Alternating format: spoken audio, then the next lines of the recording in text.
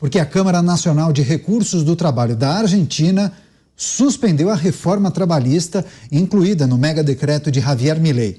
Essa é a primeira derrota judicial do presidente desde a publicação das medidas em dezembro. A ação foi movida pela Central Geral dos Trabalhadores e essa decisão judicial invalidou apenas uma parte desse decretaço. O argumento é de que não está comprovada nem a necessidade nem a urgência que justifica contornar o Congresso.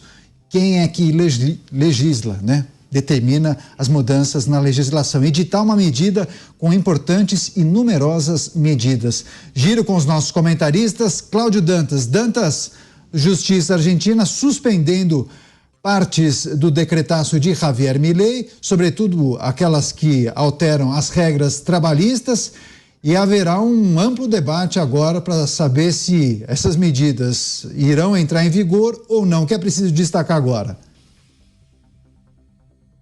É uma guerra política, está muito claro. Esse é um assunto que deveria estar sendo tratado pelo Congresso argentino. Várias dessas medidas elas precisam da aprovação do Congresso argentino. Então você vê aí também, né, talvez aí uma reprodução do tal do ativismo judicial que nós vemos aqui, que nós estávamos discutindo ainda há pouco. Então, naturalmente, esse pacote de medidas do Milei é um pacote que prevê uma série de mudanças radicais.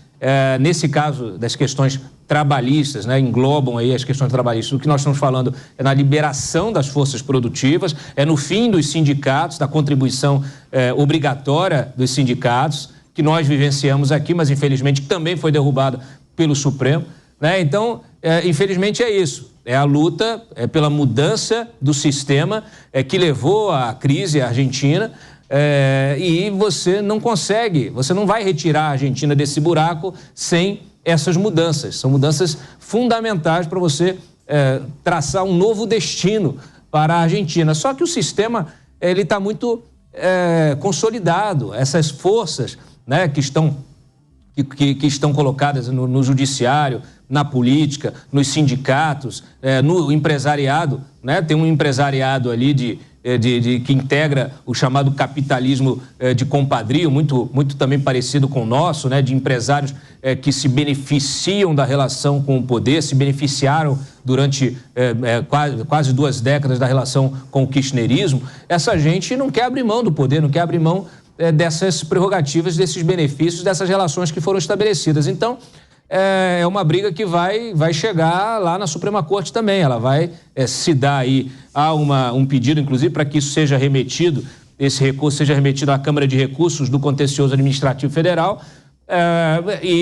o que se espera é que seja uma briga longa, justamente para tentar adiar e até mesmo impedir a realização desse pacote, né? A execução dessas medidas que podem promover uma reforma profunda na realidade argentina.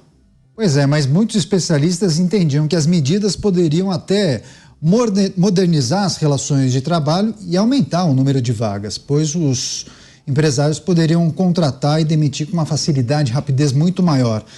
Mota, queria pedir também sua análise. Milei, eu me lembro que tinha defendido a reforma trabalhista falando em modernização, né? Os empresários teriam facilidade para contratar, os empregados poderiam trabalhar em mais de um local, mas naturalmente aqueles dispositivos no momento da demissão, os pagamentos, as verbas rescisórias, haveria uma alteração nesse sentido. Enfim, queria te ouvir em relação a essa medida da Justiça Argentina suspendendo a reforma trabalhista de Javier Milei até aqui. Mais do que previsível, Daniel. Essa é a primeira de inúmeras batalhas que o Milei vai ter que enfrentar. Ativismo judicial é uma realidade hoje no mundo inteiro, até nos Estados Unidos, né, saindo de qualquer tipo de controle. Então, essa é a primeira grande batalha do Milei. A modificação, flexibilização da legislação trabalhista, ela terá como consequência o aumento do número de empregos, porque a flexibilização da legislação torna mais simples para o empresário contratar e demitir. É isso que acontece nos Estados Unidos, por exemplo. Lá, a legislação trabalhista é muito mais fácil, mais simples e flexível do que no Brasil e na Argentina. E veja que curioso, você não vê multidões de trabalhadores americanos querendo migrar para o Brasil, nem para a Argentina.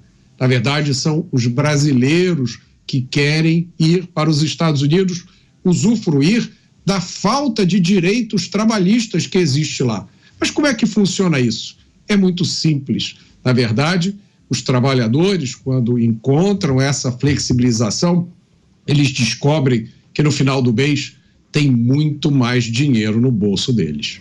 Essa decisão da Justiça do Trabalho da Argentina é cautelar, mas os juízes dessa corte disseram que até que se resolva essa questão sobre o foro apropriado para os debates e avaliações sobre os muitos pontos dessa reforma trabalhista, a medida ficará suspensa. Suas análises, Alan Gani.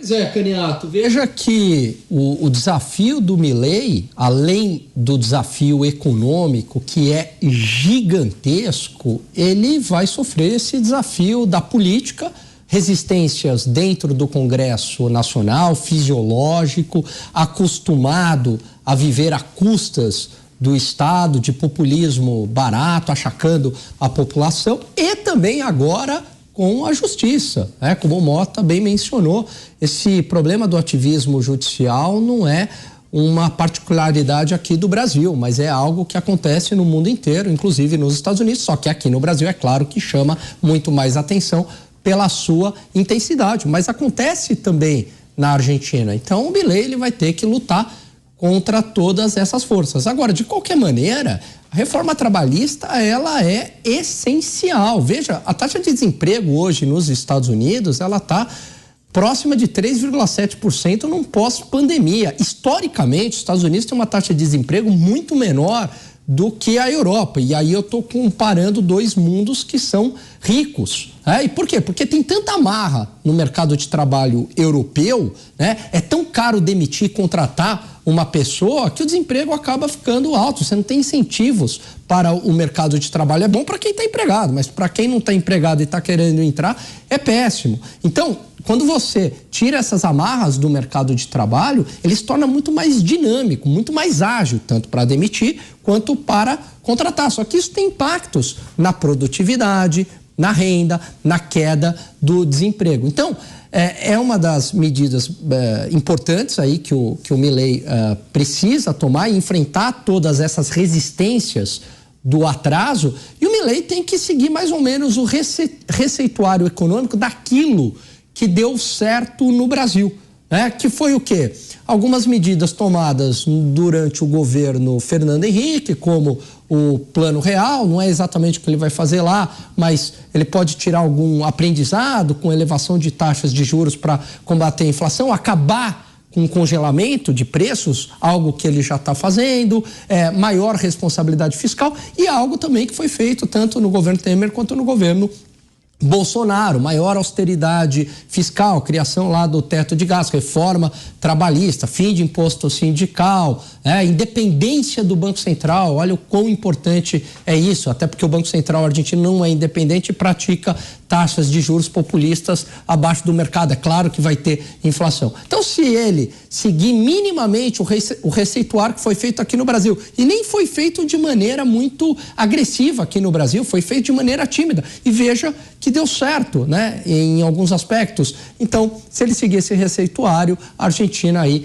tem tudo para sair desse atoleiro econômico.